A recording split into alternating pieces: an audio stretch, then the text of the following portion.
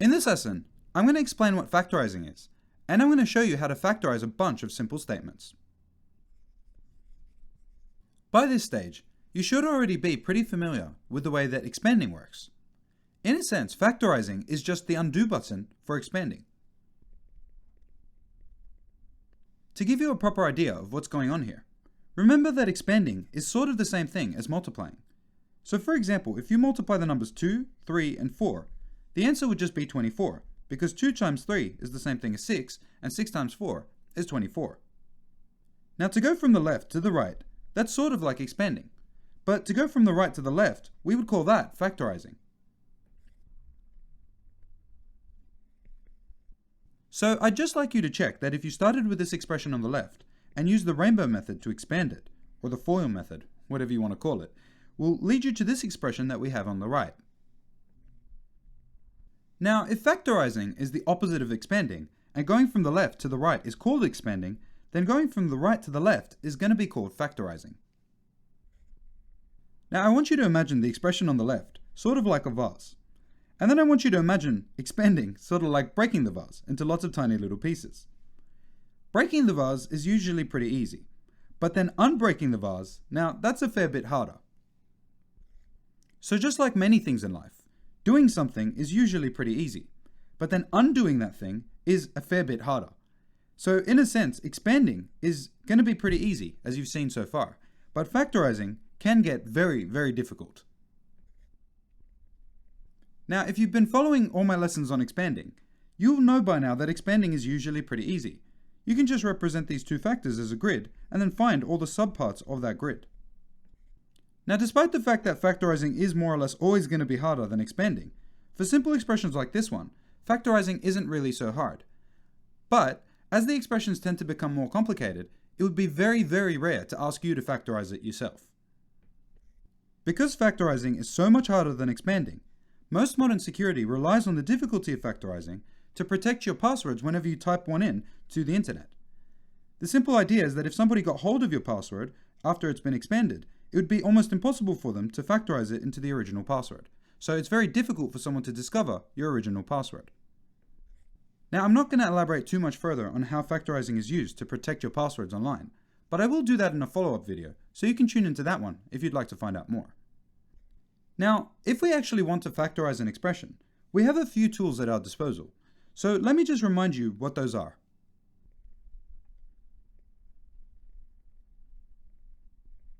So the first thing you can always use is that you can swap parts of expressions out for equivalent parts.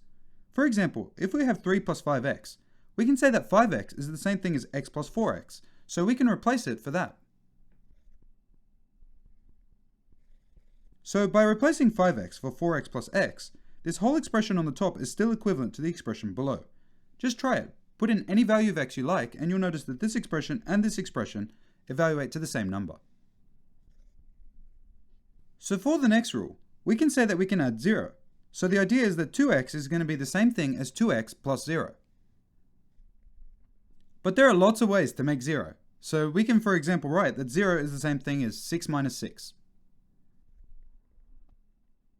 So we're saying that no matter what value of x you pick, you can always add 6 and then subtract 6 and still end up with the same value. So 2x is completely equivalent to 2x plus 6 minus 6. And then finally, you can also multiply by 1. So for example, if you started with 3x, we could replace this for 3x times 1. But just like we can write 0 in a whole bunch of different ways, we can also write 1 in a whole bunch of different ways. For example, we could write this as 7 over 7. So you'd get 3x times 7 all over 7. Now, in general, factorizing is an iterative process. It may take you more than one step to go from this term on the right to this term on the left. But that's okay.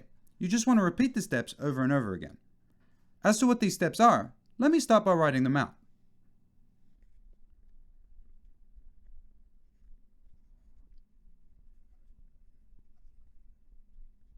So if you're given a random expression to factorize, the first thing you want to ask is, are there any like terms? If there are, the first thing you're going to want to do is to take out any common factors like this a to get a form like we have on the right.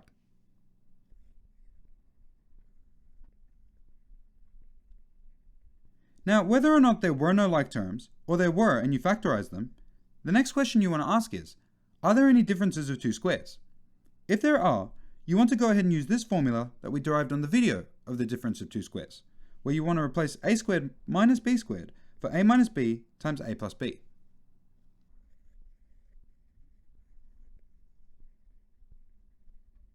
Now, whether or not you didn't find a difference of two squares, or you did and you factorized it, the next thing you want to check for is a difference of two cubes. If there is a difference of two cubes, you want to use this formula over here, where a cubed minus b cubed is the same thing as a minus b times a squared plus a times b plus b squared. And if you forget the signs here, remember that you can use SOAP. The idea is that it's same, opposite, always positive.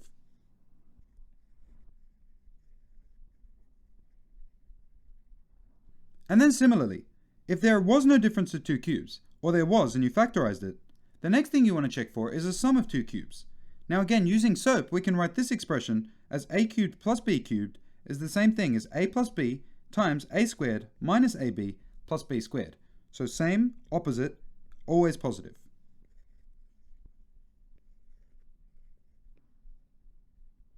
Now, if you didn't see a sum of two cubes, or you did and you factorized it, the next thing you want to look out for is a trinomial.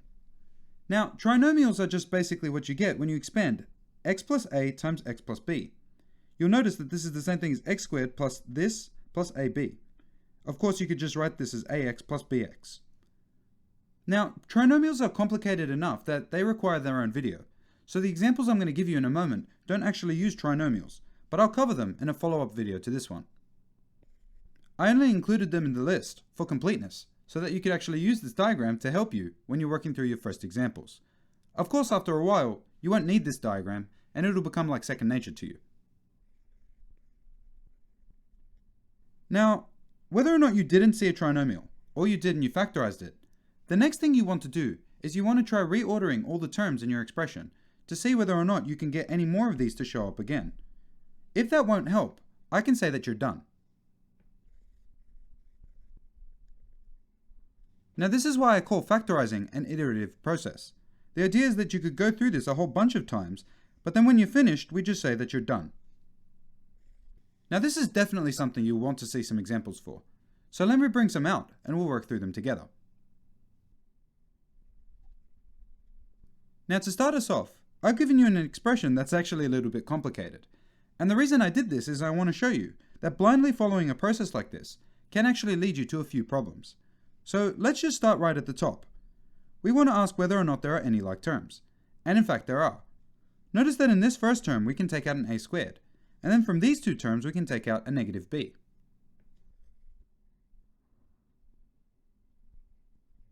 Now before I go ahead and factor out the negative b, I just want to show you a bit of a sanity check that you can perform to make sure that things are working fine. If we expand anything we factorize, we should end up with what we started with. So if we expand this, we'll just get a squared b, which is the same thing as b a squared. And if we expand this, we'll just get a squared, which is this term over here. So this shows us that this is correct. So just the same way, we could test this as well. We could say that negative b times a is negative ab. And then negative b times b squared is negative b cubed, as we have over here. So that means when you're factorizing something out, make sure you're very careful to change these signs if you have to. Okay, so we found that there were like terms, and we factorized them, and now we have to ask whether or not there are any differences of two squares. Well, in either of these expressions, there aren't actually any differences of two squares. So we just continue. Are there any differences of two cubes? Well, there are no cubes in this expression at all, so no, there aren't any. What about sums of cubes? Nope. What about trinomials? None of them either. So then we should just try reordering, or equivalence. But if we try reordering any of this, it actually won't help us either. So that means we could just stop right here and say this is fully factorized. But it turns out that if you tried reordering right at the start, there's actually a different factorization that you can come to, which is completely equivalent to this expression over here. And it's also a fair bit more useful. Okay, so the idea is that if we tried reordering these expressions so that this b cubed comes before these two terms, it turns out that we're going to end up with a completely different factorization. So now that we've reordered things, we want to ask whether or not there are any like terms. And indeed, there are again, but they're different like terms this time. In this first term, we can factor out a b, and in this second term, we can factor out an a. So let's go ahead and do that.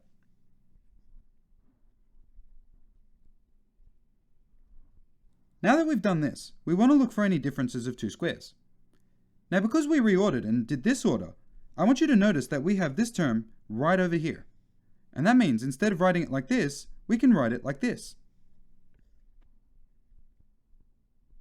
Okay, now if we look at this expression over here, I want you to notice that once we've done the difference of two squares, there are no differences of two cubes because there aren't any cubes anywhere. So there are no sum of cubes, and there are no trinomials either. So the next thing we want to try is we want to try reordering or trying equivalence. So let's go right back up here and ask the same question again. Are there any like terms now? Well, if you look carefully, a minus b and a minus b appears in both terms, so therefore we can factorize it out.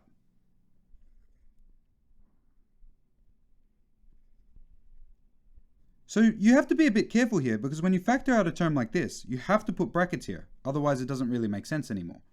So since you pulled these out to the front, you need to put brackets right here. Now at this stage we're technically fully factorized, but one thing we like to do a lot of the time is to expand out any brackets inside of brackets. So let me do that as well. We can say that b times a is ab, and then b times b is b squared. So we can rewrite this as ab plus b squared plus this a over here.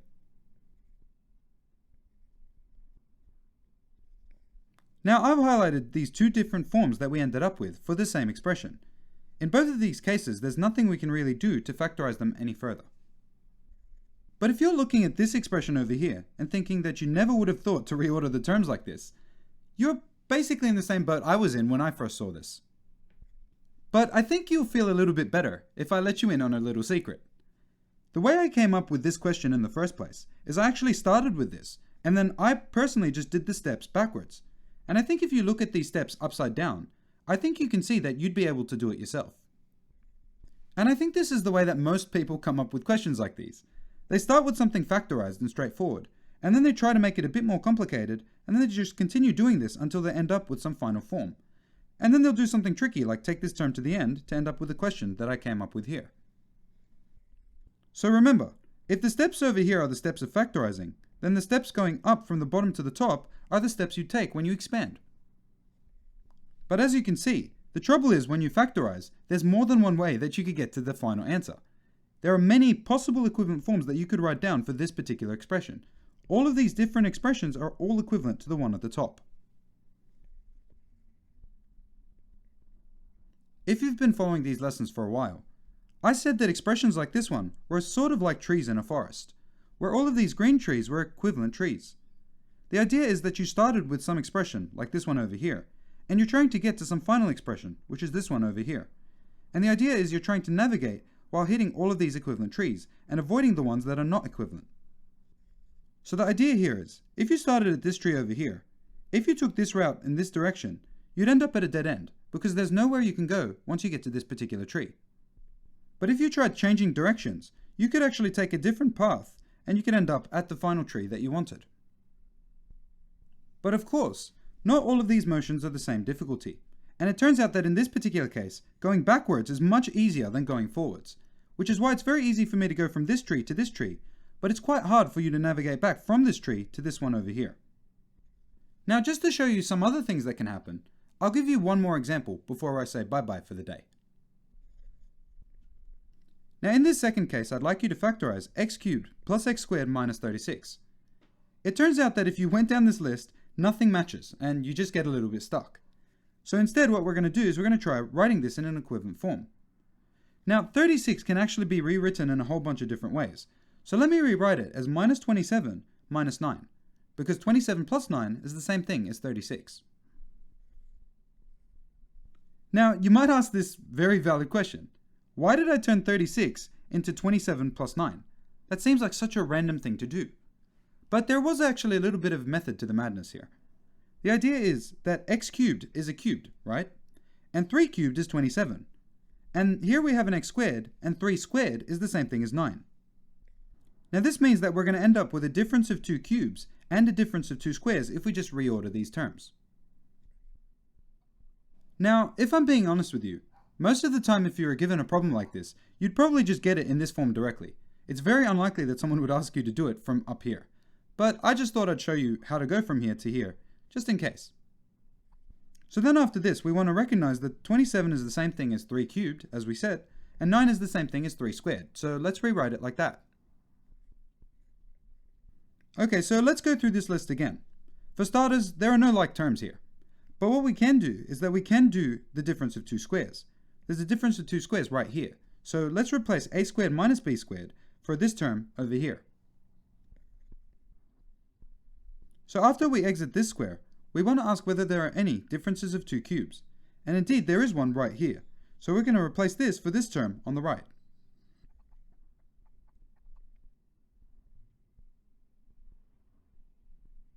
So this got a fair bit more complicated looking here, but that's perfectly okay. We just keep working through it.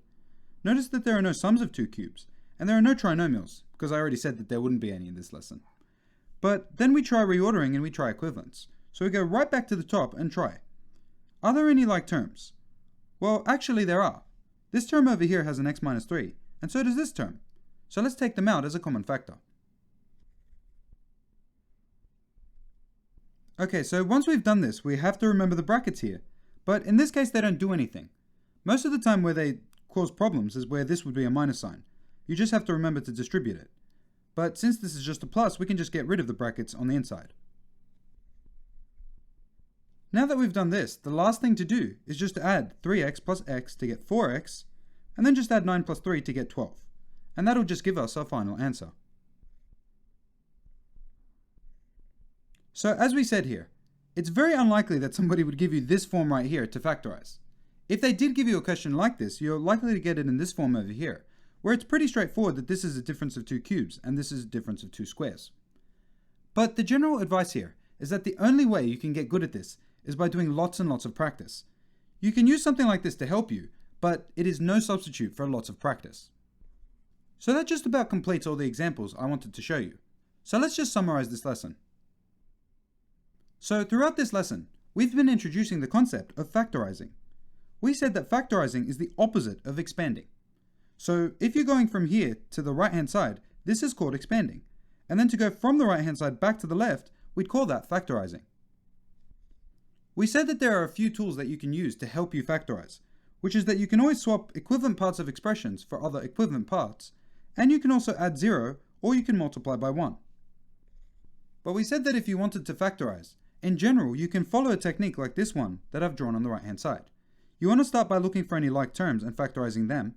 Then you look for differences of two squares, differences of two cubes, and sums of two cubes. If you don't see any of those, then you look for trinomials. And if you don't see any of those, then you try reordering, or you try equivalence. Now throughout this lesson, I did mention trinomials, but I didn't actually show you how to factorize them. I showed you examples of all of the cases above, but trinomials were left out of this lesson. Now the reason I did that is because trinomials require their own techniques, and I'm going to show you those techniques in a lesson right after this one. So you should tune into that if you want to figure out how to factorize trinomials. Now one final point I want to make is that factorizing is harder than expanding, because doing something is usually pretty easy, but undoing it is usually a fair bit harder. So this should be an empowering thought. The idea is that when you start factorizing for the first time, it's going to feel a little bit like walking through a dark forest. But as you do more and more examples, the forest will illuminate, and it'll be much easier to factorize basically anything I throw at you. But despite this, I'm going to promise not to throw anything completely crazy at you, because even computers can't factorize some of the crazier things. Or at least they can't do so easily. But of course we're not trying to turn you into a computer, so you don't need to be particularly good at factorizing the things that computers can factor. So that completes basically everything I wanted to say about factorizing. So tune in for the next lesson where we talk about factorizing trinomials. Thanks for watching another Trina video. If you want to say thanks, you got to show your friends. Or maybe you should just visit us at trina.org, where you can track your progress and have access to questions and heaps of other awesome stuff. Or maybe you should just like and subscribe. That works too. But either way, I'll see you next time.